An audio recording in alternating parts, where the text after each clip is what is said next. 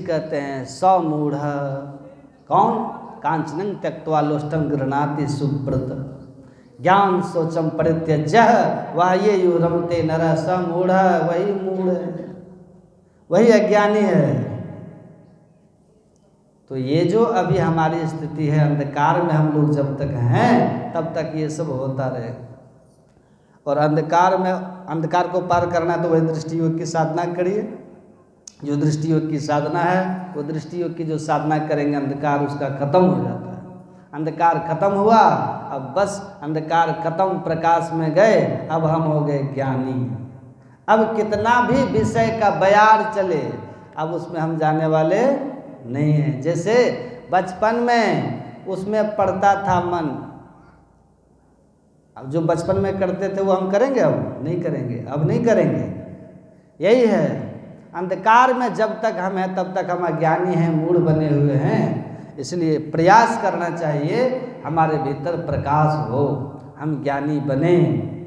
प्रकाश में जाने पर ही ज्ञान होता है, असली ज्ञान, विषयों की पहचान होती है। हम विकारों से छूटते हैं, हम पवित्र होते हैं, पाप हमारा खत्म होता है। और जब तक प्रकाश में नहीं गए हैं तब तक उससे कैसे बचेंगे? तो हमारे गुरु महाराज जी कहते हैं, जाओ निज घट रस चहो तो अपने को 5 पाप से हरदम खूब बचाओ।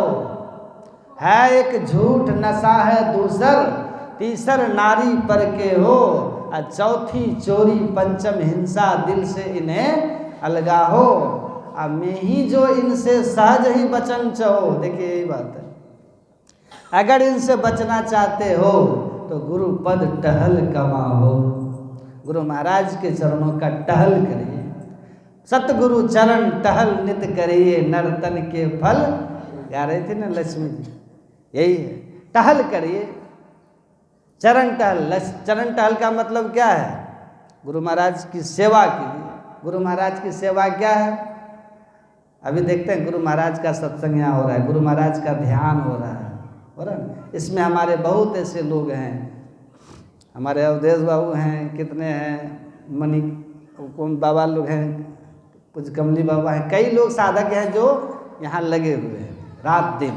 आप लोगों में से भी हमारे मास्टर साहब हैं, पप्पू जी, क्या नाम, हाँ, कितना सेवा करते हैं, कर रहे हैं। तो इसलिए गुरु के दरबार में, ये गुरु महाराज का दरबार है। किनका दरबार है ये गुरु महाराज का दरबार है, ये गुरु महाराज का सत्संग है, ये गुरु महाराज का धाम है। इसकी सेवा करेंगे तो गुरु टहल है।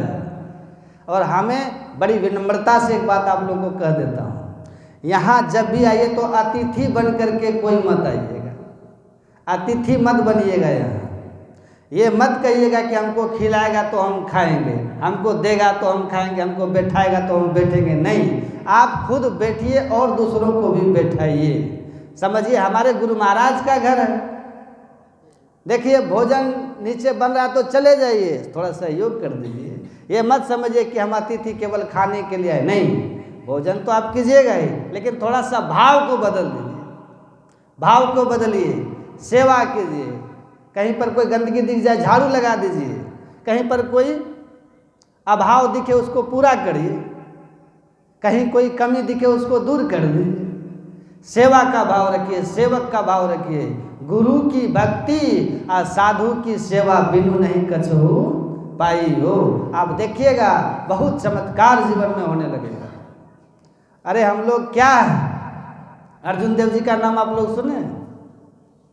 अर्जुन देव जी महाराज, वो जब रहते थे, जब छोटे थे, आश्रम में वो रहते थे।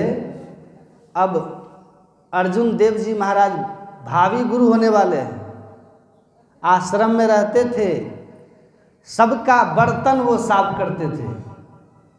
किसी ने उनको कहा कि आप इतने ज्ञानी, इतने बड़े साधक होकर के यही सब काम करते हैं? अर्जुन देव जी ने कहा कि हमको कुछ लाभ मिल रहा है तब करते हैं, ऐसे थोड़े करते हैं। कहा क्या लाभ मिलता है?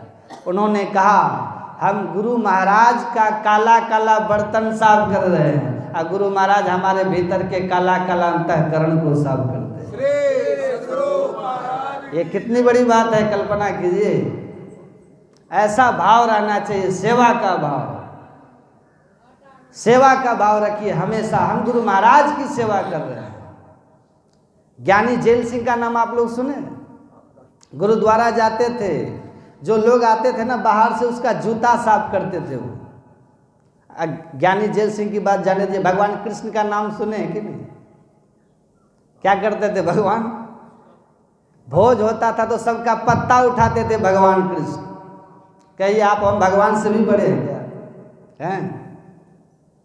सेवा कीजिए, सेवा का भाव रखिए। मैं ही जो इनसे सहज ही बचन चहो, गुरु पद टहल कमाहो।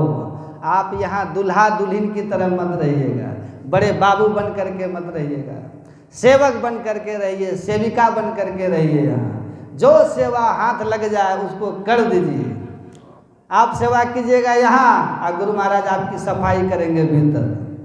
मैं ही जो इनसे बचन चाहो तो गुरु पर टहल कमाओ। टहल कीजिए, कमाइए, ये कीजिए। यही धीरे धीरे हमको ध्यान में मन लगाएगा। जब ध्यान में मन लगेगा तो हमारे भीतर ज्ञान प्रकट होगा, वही होगा ज्ञान शौच। उसी ज्ञान शौच से हमारा विकार दमित होगा, हमारा विषय छूटेगा, हम पापों से मुक्त होकर के रहेंगे, हम अपने आत्म स्वरूप में जग जाएंगे। हमारा जो स्वरूप है ना, चेतन अमल सहज सुख राशि, उसमें हम जग जाएंगे, हम पवित्र हो जाएंगे। अब कहने सुनने की बहुत बात है ना? इतना ही अभी, फिर अपराह्न काल में सुनेंगे। श्री सद्गुरु।